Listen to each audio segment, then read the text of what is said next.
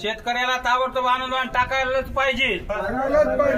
फसवेगिरी अनुदान बंद करून शेतकऱ्याला 50,000 रुपये हेक्टरी नुकसान भरपाई द्यायलाच पाहिजे।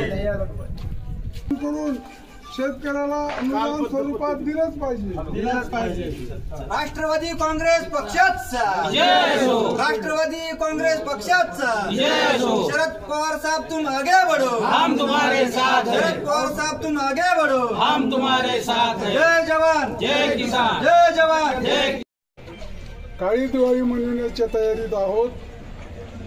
आम्ही मुख्यमंत्र्यांना निवेदन दिले तहसीलदार मार्फत। ह्या निवेदनामध्ये आम्ही सरकारच्या या फसवेगिरीच्या घोषणेचे उल्लेख केले।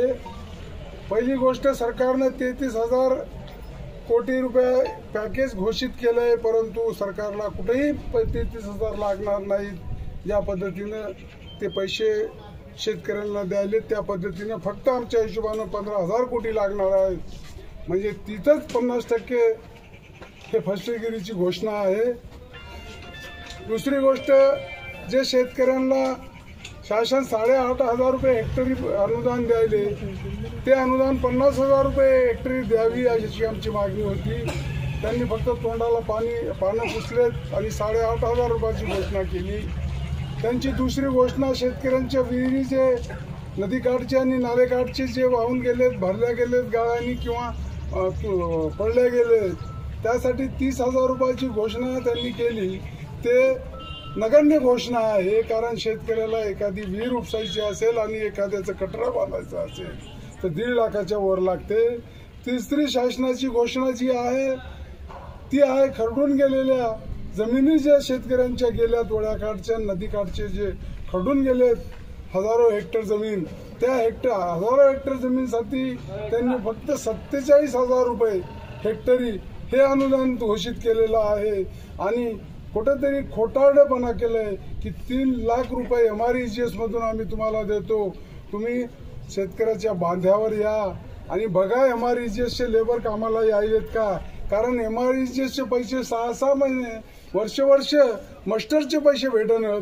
आज आम्ही MREGS च्या भरोश्यावर ज्या शेतकऱ्यांनी हजारो गोठे बांधलेत, 3 वर्षापासून त्या गोठ्याचे पैसे नाहीत, तर आता उद्याची रबी पेरणी करण्यासाठी कोण MREGS च्या कामावर येईल आणि कोण आमची जमीन बरोबर करून देईल, हा मुद्दा आहे।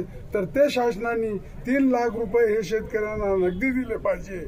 म्हशी आणि गायीसाठी किंवा जनावरांसाठी त्यांनी 37,000चं पॅकेज जे डिक्लेअर केलंय, मला सांगा, एक चांगली शेळी घ्यायला आपण बाजारात गेलो तर 30 ते 35,000 रुपये लागायले। जनावर कसे 35,000 मध्ये किंवा 37,000 मध्ये जनावर कसं येईल, तर त्याला अवरेज 1 लाख रुपये दिलं पाहिजे। आणि हे दिल्यानंतरच काहीतरी दिवाळी साजरी तर नाही, परंतु आमचं काम आमचं चांगलं होईल। आम्ही कुठेतरी या संकटामधून बाहेर निघू, कुठेतरी आम्हाला मदत दिल्यासारखं होईल। ही तुटपुंजी जे मदत दिली का हे दाखविण्यासाठी जे दिल्या गेली आणि जे घोषणाबाजी सरकारच्या ज्या पोल आहेत, ज्या घोषणाबाजी होतात परंतु त्याची अंमलबजावणी करण्यासाठी होत नाही।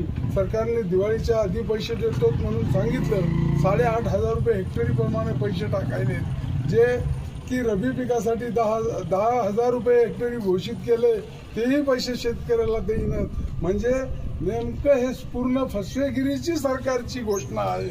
म्हणून आम्ही ते आज तहसीलदार साहेबांकडे मुख्यमंत्र्यांना निवेदन दिलं की तुमची फसवेगिरीची जी घोषणा आहे ती घोषणा बंद करा आणि चांगलं शेतकऱ्यांना तुम्हाला द्यायचं असेल, त्यांची दिवाळी चांगली साजरी करायची असेल तर हे मी सांगितल्याप्रमाणे कुठेतरी त्यांनी दिलं तर शेतकऱ्यांचं भलं होईल, हेच सांगण्यासाठी आम्ही आज तहसीलवर आलो आणि तहसीलला निवेदन दिलं।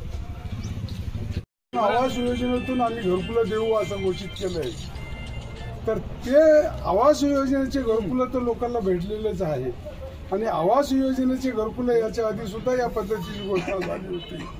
त्याच्यातून काम करायला 1-2 वर्ष लागतात, तर घरकुलाला हे तुटपुंजी मदत, घर पडल्यानंतर तुटपुंजी मदत देऊन काहीही होणार नाही।